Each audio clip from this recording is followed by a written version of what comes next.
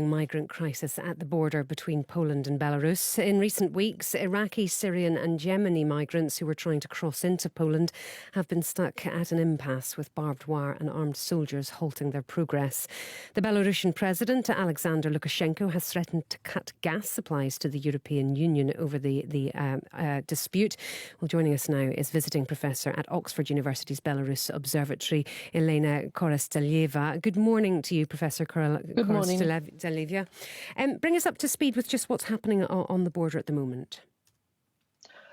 Well, at the border, what we can see is actually a rapidly unfolding crisis. Not only we have several thousand people stranded at the border, as you mentioned, all refugees from Iraq, Syria, mainly actually from Iraq, but also the fact that they're held there in absolutely appalling conditions, and the weather now in November is increasingly cold with the likelihood of snow. They're there without food, they're there without any medication, and they're obviously given the fact that they paid to Belarusian government to get to Europe as tourists, so they're stranded without the possibility to actually ever enter into Europe. In the meantime, Poland, Lithuania, these are the bordering countries with Belarus, part of the EU. They now deployed about 15,000 soldiers on the border to prevent illegal crossings. And literally just over a few days, in the past months, and there was an attempt of about nearly 5,000 people to cross the border illegally, who were stopped. Yeah. Why has this become such a flashpoint? Because Alexander Lukashenko obviously is weaponizing the migrants, engineering this crisis in order to blackmail the EU, in order to stop sanctions, because the EU is currently is finalizing the fifth round of sanctions that are very likely to hit Lukashenko's regime really hard. But in addition, I guess,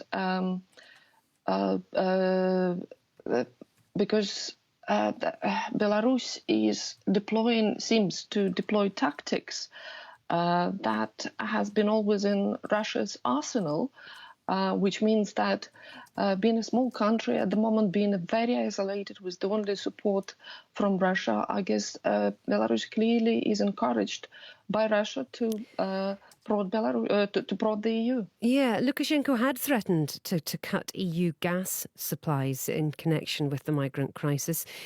Does that look likely now?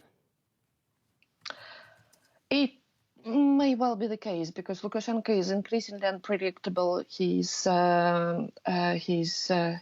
unwell, and therefore his actions are very difficult to calculate. If he threatened before with migrants crisis, well, this is the case now. If he threatens now with stopping gas supply to the EU, it may well be the case. Yeah, and I suppose this whole thing widens out because it's not just Poland's border; it's the EU's border. The EU, Lithuania, is NATO getting involved yet? It is,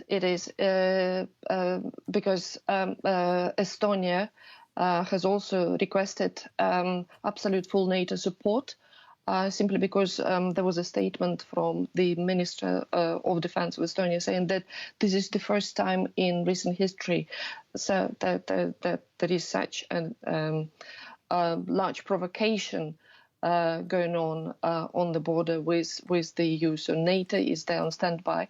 And in addition, of course, Russia is now using all sorts of provocation tactics, flying their bombers across the border, amassing all soldiers across the border with Belarus. So there is a military build-up, and this is very, very worrying. Do you see this escalating in the days and weeks to come?